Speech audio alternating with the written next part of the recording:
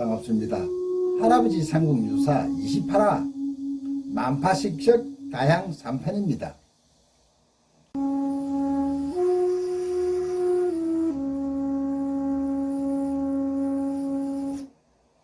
아바마마의 하교 깊이 새기고 명심하겠습니다. 태자 정명의 굳은 결심을 가상이 여긴 문무대왕은 고개를 끄덕이며 명했다.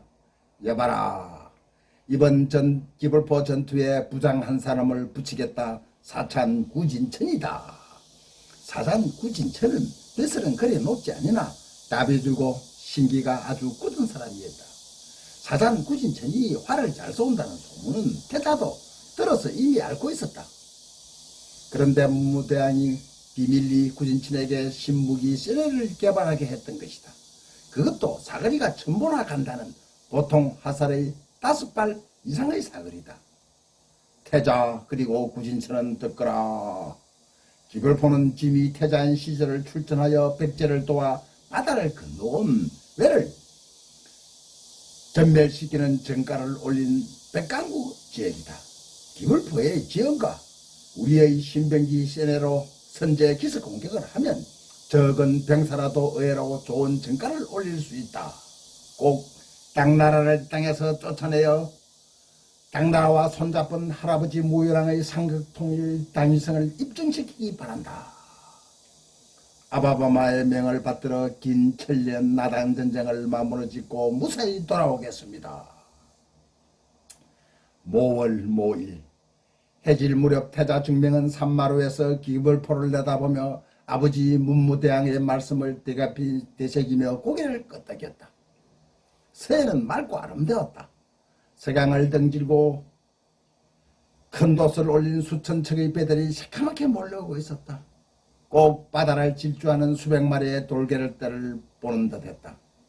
날이 저물자 배들이 항아리 같은 기불포 해안에 빽빽하게 정박하고 있었다. 잠시 후 어둠이 깔리고 새의 초상자를 떠오르 하나에 불이 붙은 채 밤하늘을 가로질러 소리를 내며 비행했다. 그 모습은 밤하늘에 흐르는 유성 같았고 참 아름다웠다. 서른기는 선상에서 장군들과 내일의 총공격을 대비하여 마지막 작전을 점검하고 있었다. 당나라 군사들은 대부분 젓가락을 들고 저녁을 먹고 있을 때였다. 장군, 저기 하늘을 보십시오. 서른기의 얼굴이 경극을 하듯 붉게 변하는 순간 아뿔싸. 효시를 시내로 기벌포 산마루금을 따라 도화선에 불꽃이 타오르듯 하더니 일시에 밤하늘을 수놓았다. 장관이었다. 당나라 장군들과 군사들은 멍하니 젓가락을 든 채 밤하늘을 비행하는 불꽃을 넋을 놓고 구경상할 수밖에 없었다. 당나라에서는 본 적도 없고 들은 적도 없는 난생 처음 보는 신라의 밤하늘이었다. 군사들은 하늘을 바라보며 입에 밥을 문 채 다물지 못하고 그저 감탄할 뿐이었다. 아, 아름답구나. 그것도 잠시. 하늘을 수놓은 불꽃은 비오듯 내렸고 여기저기서 별명이 들려오기 시작하더니 당나라 배들은 순식간에 화암에 불타오르기 시작했다. 밤하늘에서는 소왕비가 오듯 불꽃은 줄기차게 쏟아졌다. 곧이어 기벌포는 그야말로 불바다가 되었고 아비 귀환의 죽음의 바다가 되고 말았다. 때마침 불어온 대륙의 동평은 삽시간에 당나라 군함 수백 척을 흔적도 없이 태워 수장시켜버렸다. 날이 밝자 기벌포 바다는 아무 일도 없었다는 듯 흔적도 없이 잔잔했고 고요했다. 포구엔 갈매기 몇 마리가 낮게 날고 있었다. 폐하, 지공을 다 막으면 임, 하나를 열면 남, 둘을 열면 무, 셋을 열면 황, 넷을 열면 태, 다섯을 열면 고, 다 열면 중이옵니다. 이 음을 저치, 병치, 고치로 익힘을 불어넣어 세기에 따라 소리 만물의 질서를 바로잡기 위해서 소리를 멀리 보내기도 하고 잡아당기기도 해야 합니다.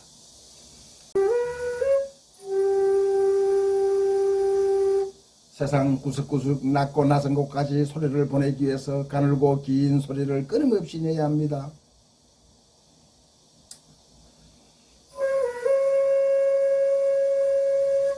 뱃속에서 붓는 숨이 강하거나 약하거나에 따라 소리가 부드러워지고 강해집니다. 단전 깊은 곳에서부터 소리를 끌어올려야 합니다. 용이 강하게 불을 품듯 때에 따라서는 아비가 아기의 아픈 곳을 입술로 어루만지듯 입김을 부숴야 합니다.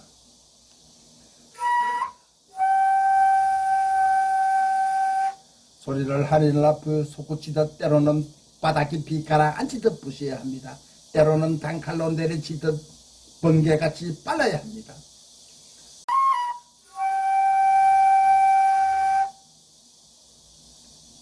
냇가를 졸졸 흐르는 맑은 개울물이 똘맹이가 보이던 얇고 맑아야 합니다. 때로는 마당에 빨래가 마르듯 바람에 흔들려야 합니다.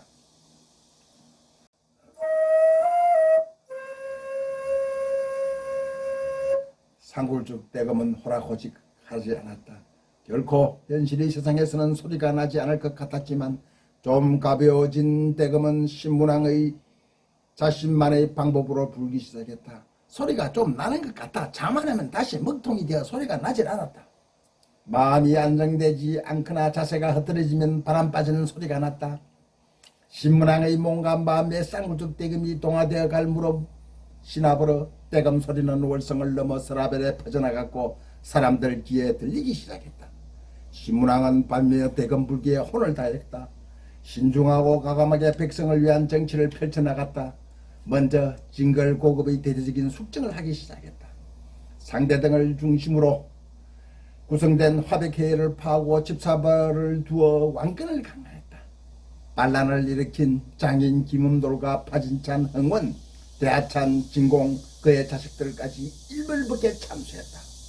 전쟁 공신들의 노급을 거두어들여 관리들에게 관절로 등을 지급하자 백성들은 두 손을 들고 만세를 불렀다. 국학을 설립하여 골품과 관계없이 인재를 양식했고 등용했다. 긴 기근과 자연재해로 굶주린 왜구들이 황산강을 타고 김영 삼랑주 일대 대대적인 노락질을 했지만 잘 훈련된 도비진, 임해진, 장봉진의 군사들이 출동하여 일망타정하는 정가를 올렸다. 백성은 앞다투어 만세를 불렀고 목숨을 부지한 왜구들은 항복하여 신라에 기소하기를 원했다. 마지막까지 붙어있던 나뭇잎이 다 떨어지고 동지가 지난 어느 날 칠흑같은 어구두분 밤이었다. 찬바람이 찾아들고 저녁부터 포근해지더니 눈이 내리기 시작했다. 한방눈이었다. 순식간에 월성은 백설의 광장으로 변해버렸다.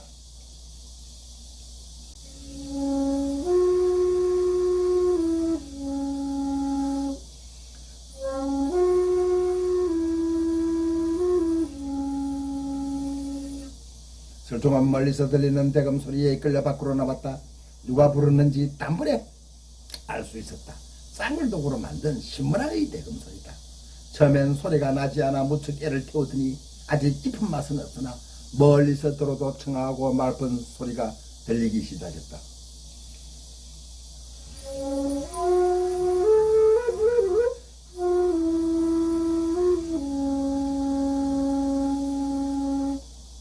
언뜻 들으면 아버지 문무왕이 불던 대금 소리와 닮은 듯 했으나 분명 또 다른 이상적인 음률이었다.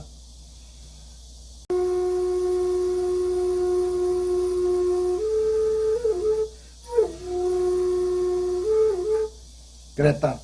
귀를 기울이자 신문왕의 대금 소리는 장엄하다기보다도 뭔가 간사함이 느껴졌다. 누군가에 대한 애틋한 공경과 그리움 같은 것이 분명 절실한 것 같았다. 신문왕의 대금 소리는 너글러온 설총은 큰 어문 하나에 빨려 들어갔다. 설총은 처음으로 느끼는 감정이었다. 가슴속 깊은 곳에서부터 오래 묻어두었던 어문과 자문이 아우러져 하늘 높이 솟겨진 듯 했다.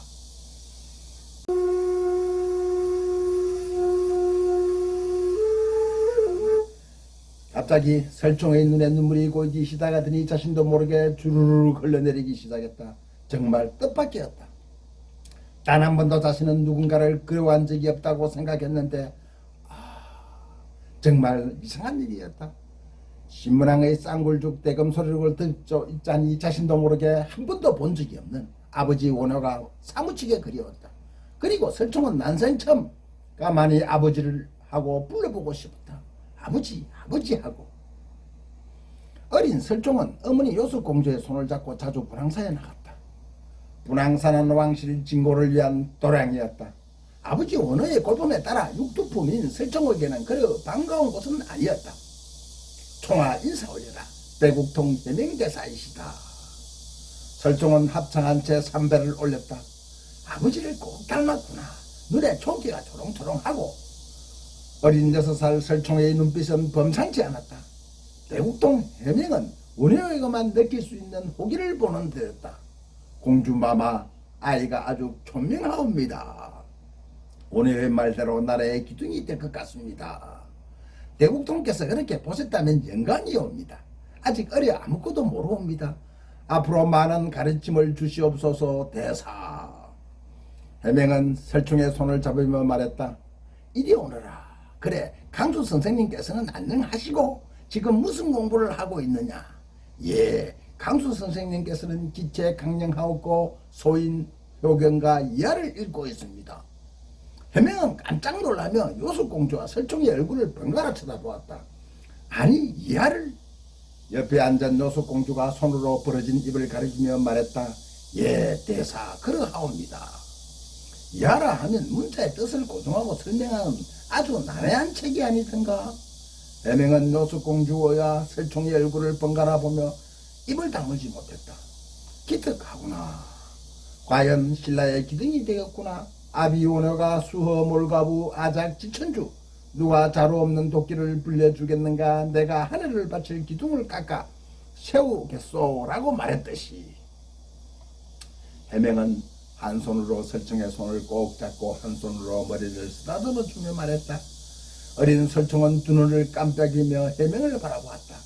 그리고 세상 사람들이 모두 칭송하는 아버지 원어를 생각해 보았다. 설총은 아직 아버지 원어의 얼굴을 한 번도 본 적이 없었다. 아버지? 그래, 나중에 커서 무엇이 되고 싶겠냐? 화랑이 되고 장군이 되겠느냐? 불가의 몸을 담아 아비처럼 상구보리 하화중생하겠느냐? 어린 설총은 눈망울을 굴리며 단호하게 말했다. 아니옵니다. 소인 세속에 사는 사람인데 불도를 배워 무엇에 쓰겠습니까? 당연히 육아의 도를 배우고 싶습니다. 뭐? 대국통 해명은 입을 벌린 채 정신을 잃고 말았다. 귀족 불교에 대한 비판이기도 했고 살림과 죽음을 넘나드는 종교적인 힘이 아니라 인간의 도덕적 삶을 말하고 있기 때문이었다.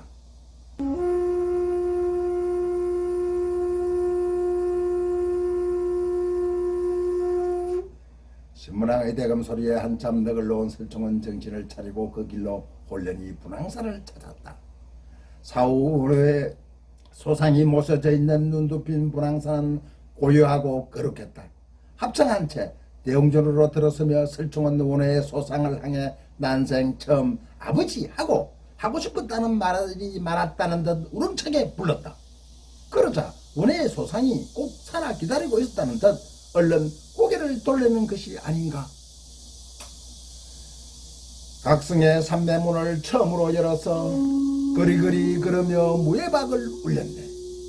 요술궁에 달 밝을 때 봄밤 깊이 잠들더니 분황사 문 닫히고 빈 그림자만 돌아보네.